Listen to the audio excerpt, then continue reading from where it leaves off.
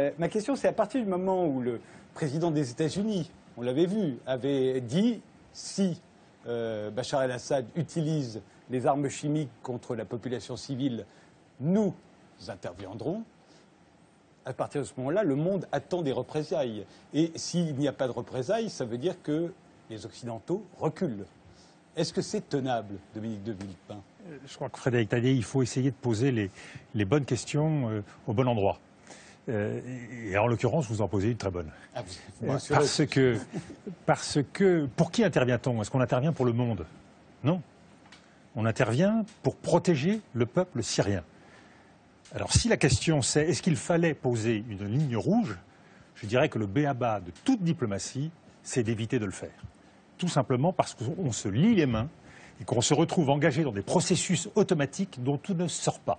Et ce qui est très intéressant sur le plan de l'histoire diplomatique, de constater qu'après s'être lié les mains, c'est ce qu'a fait Barack Obama, c'est ce qu'on a fait un peu nous aussi Français en partant d'emblée et en affirmant la nécessité d'une frappe, c'est que depuis cet engagement de respecter une ligne rouge, tout est fait, tant aux États-Unis qu'en ce qui nous concerne, pour essayer de trouver des faits nouveaux pour retarder le moment où on va devoir mettre à exécution, tout simplement.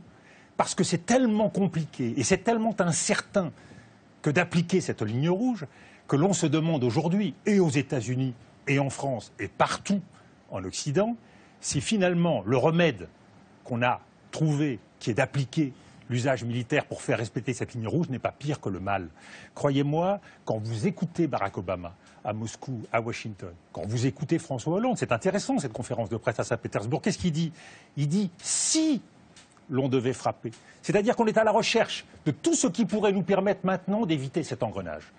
Et je crois que c'est sage, effectivement, que de multiplier les conditions, l'autorisation du Congrès, le résultat de l'enquête, en espérant qu'un fait nouveau, parce que nous en sommes là aujourd'hui, la communauté internationale est suspendue aux faits nouveaux qui permettraient de revenir à la vraie question: comment doit-on protéger le peuple syrien? Et évidemment, la réponse, ce n'est pas par des frappes militaires qui nous engagent dans l'inconnu, qui aggravent les tensions dans un pays soumis à la guerre civile, qui viennent intervenir dans un corps malade qui est celui du Moyen-Orient, où nous sommes à la veille d'une grande guerre entre sunnites et chiites.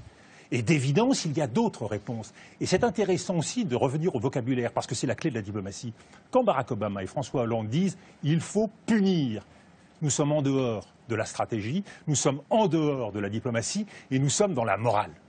Ça, c'est bien quand on veut soulager sa conscience. C'est pas bien quand on veut répondre aux préoccupations d'un peuple. Aujourd'hui, répondre aux préoccupations du peuple syrien, c'est rechercher des solutions humanitaires. Elles existent. On fait tout pour ne pas les appliquer. C'est compliqué, c'est cher. Il faut trouver une réponse d'ordre pénal. Si on veut punir Bachar el-Assad, il y a des instruments pour ça, il y a les tribunaux internationaux, on apporte des preuves et on est dans un processus légal qui fait avancer la sécurité collective, qui ne fait pas régresser les sociétés démocratiques. Et troisièmement, et c'est la clé, quelle est la solution politique? Aujourd'hui, il faut se poser cette question. Est-ce qu'il y a un moyen encore de faire vivre ensemble des communautés qui sont animées par un tel degré de haine?